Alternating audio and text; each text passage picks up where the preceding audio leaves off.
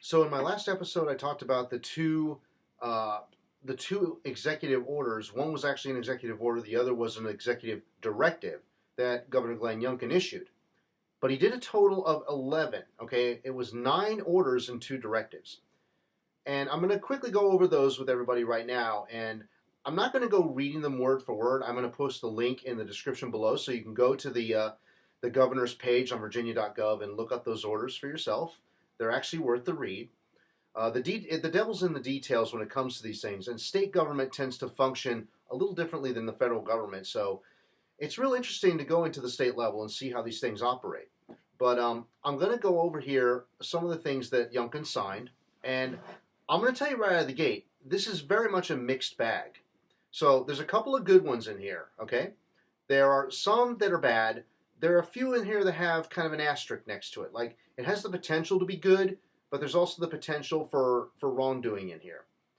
So I'm going to break all that down in a second. So the first one over here says, starting under executive orders, executive order number 1 delivers on day one promise. That's how they always start, a day one promise. That's partisan pandering. Yeah, Republicans win. I get it. But anyway, to restore excellence in education by ending the use of divisive concepts, including critical race theory, in public education. Here's the thing.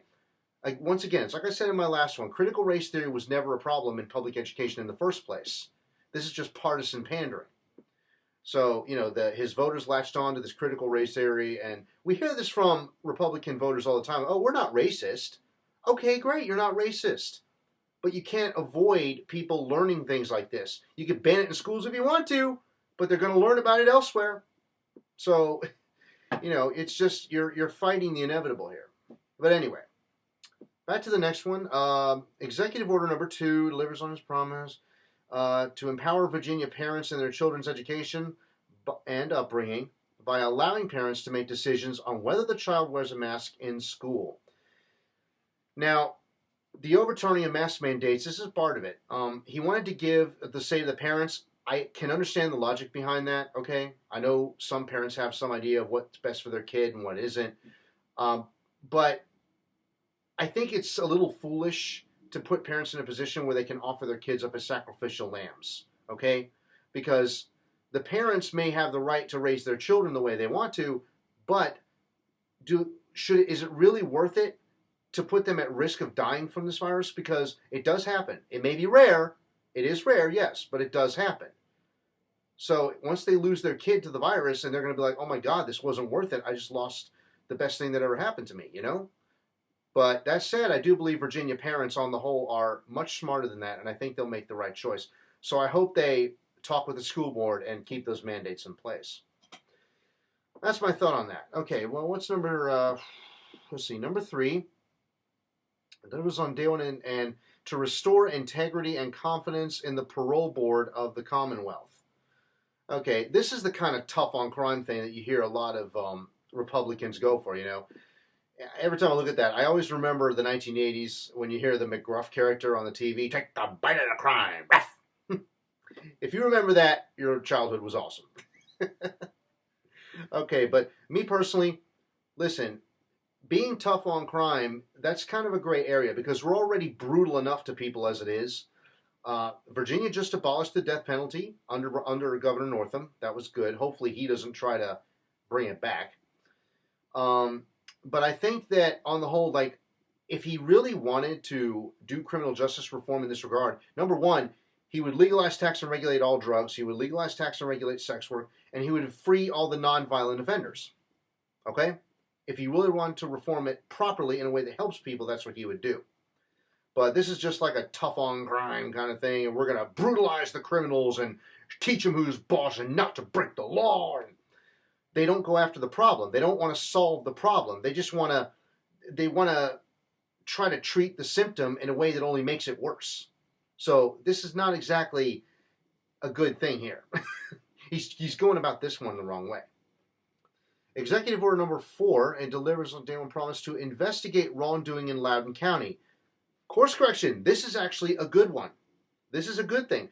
There was a couple of rape cases in a Loudoun County high school that were covered up. And he's authorizing the creation of an investigative body to go out there and get answers so he can hold those accountable who did it. That's a good thing. So points for Youngkin there. All right. Executive Order number 5 delivers a day one promise to make government work for Virginians by creating the Commonwealth Chief Transformation Officer. A Chief Transformation Officer. The creation of a new bureaucratic position. Okay. So this is kind of just pork right here. I really don't see what use this has. Maybe he has some sort of use for it that isn't in the order yet, but this is really just his way of waving his hand and saying, I hereby create this position. That's really all that is at this point. So that's just like whatever. That's a whatever executive order. Executive Order number 6 delivers day one promise to declare Virginia open for business. Here's Governor Youngkin being reckless with the pandemic. Now, I get it. People out there all over the country, not just Virginia, they're struggling. They're sick of the pandemic. They want to get on with their lives. I get it. I'm like too. I don't want to wear masks anymore. I don't want to do that. I want to be able to go to a restaurant and eat again, with food readily available. And that's part of why he's doing this, though, because he mentions the disruption in the supply chain and the shortage of workers and everything. Would this help? Sure, it would help the supply chain, certainly. But is it a good idea for workers? Not if they're not going to get paid enough. This is why I would encourage Virginia workers, look at what's going on around the country with unionization. Don't take it for granted. Screw the right to work law in this state. Unionize, unionize, unionize. Take advantage of this if you have to by uniting with your fellow workers and letting those businesses know, we're willing to get back to normal here, but you better pay us more. You better give us good benefits, or we're going to stop this sort of business owner-oriented recovery dead in its tracks. So there's a little bit of gray area with this one. It's a little reckless. I hope people do the right thing in Virginia, because he's leaving a lot of room here for things to go wrong. All right, Executive Order 7 here delivers on his day one promise to combat and prevent human trafficking and provide support to survivors. I like this. This is a good thing, but it doesn't go far enough. Now, obviously, you need to free those women who have been trafficked. You need to hold their captors accountable and prosecute them and whatever.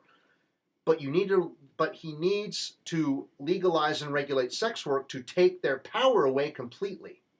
That's how you do it. You're getting to the root of the problem. It's like I said in my movie about sex work.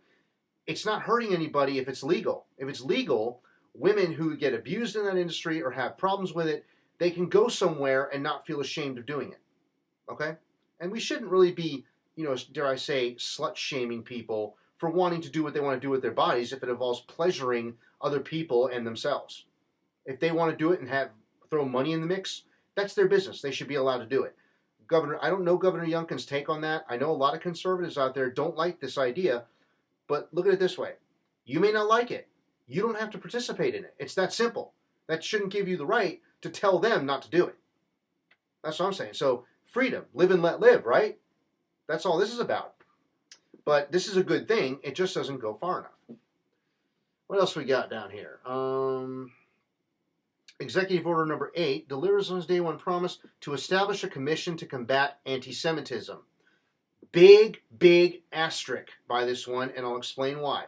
On its face, this commission sounds like a good idea, right? I mean, you got to combat anti-Semitism. It is a problem. These people need to be protected, yes. But remember what Florida, Tennessee, Texas, and other states have done so far with their anti-BDS pledges. That's where this could come in. This can be used to force Virginia workers of all kinds to sign anti-BDS pledges as a condition of getting hired. I hereby pledge never to boycott Israel. I promise to never say that Palestinians are human beings and should have their human rights. That's ridiculous. It's a violation of the Constitution, it's a violation of free speech, and it's a form of doxing. This is basically saying you can't participate in the economy as a worker if you're going to be pro-Palestinian rights. That's like, oh my God. Absurd. Absurd. They are human beings. Give them their fucking human rights. Stop treating them as second-class citizens. I'm going to say it right now, I'm completely down with BDS. It's not meant to hurt the people of Israel, okay? And it's not anti-Semitic to do that. It's meant to put pressure on the Israeli government to treat Palestinians with dignity and respect and give them their rights. That's all it is. Now, back to the original point on this, that's where this can be abused. Employers, university deans, government, the heads of government agencies in the state could use anti-BDS pledges as a form of coercion to get them on board with it. And this is really, could be just something to satisfy AIPAC. It really could. You know, I honestly would love to hear Ilhan Omar's take on this, or Rashida Tlaib. I think they'd have some pretty choice words with this one. But on its face, it looks like it's a good thing. So we'll wait and see. I hope he closes the loophole for abuse here. But it's a mixed bag with this. Executive Order number 9 delivers on his day one promise to withdraw from the Regional Greenhouse Gas Initiative, or GGI. Bad idea. Bad idea. This is essentially granting monopoly rights to the fossil fuel industry. This is a bad move. You want to lower electricity costs, which is what he states in this executive order. You've got to allow green and renewable energy sources to come into the economy to create that competition to lower prices. That's what you got to do. What you just did, Youngkin, is you just gave monopoly rights to the fossil fuel industry so that Virginia's environment can be decimated.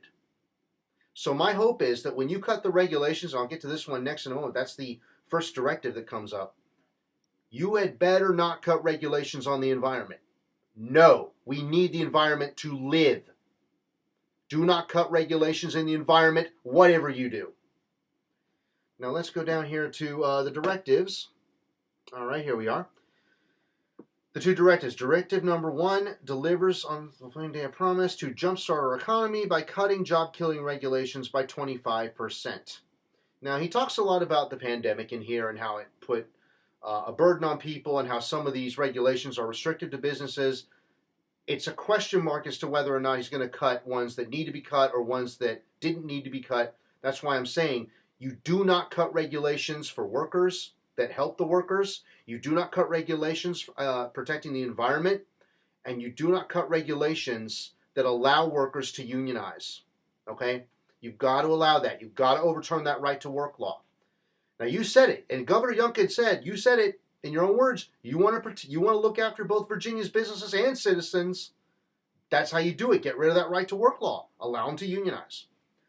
So this is an asterisk by this one because it's open-ended still as to which ones he's going to cut. Right now he's just granting an investigative body to get all the data together so he can make that decision. So it's a wait and see. Asterisk on this one.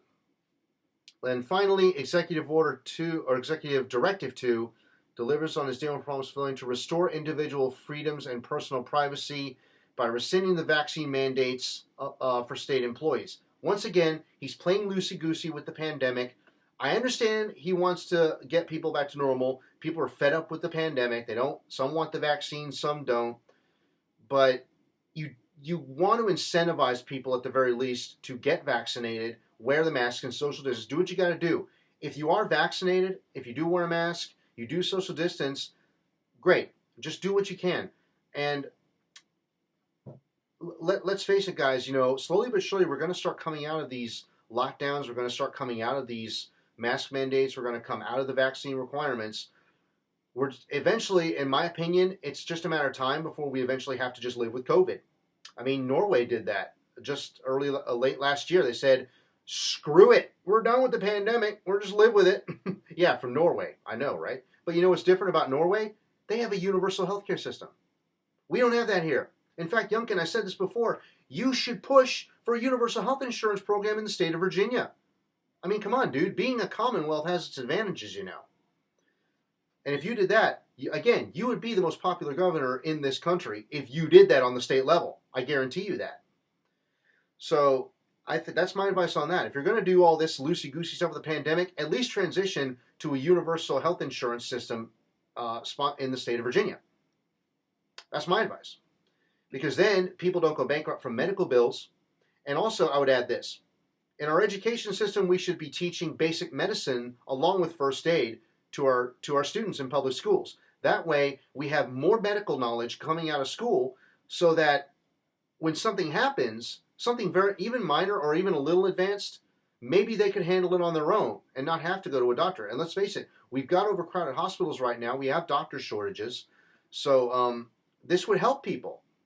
Giving everyone in the country that goes through our education system basic medical knowledge on how to do certain things, like maybe how to reset a bone if it's not poking through the skin, like how to heal a sprained ankle, or how to, oh boy, like how to kind of handle type 2 diabetes if you can't afford insulin and stuff like that, like if there are ways to treat it if it's not that severe.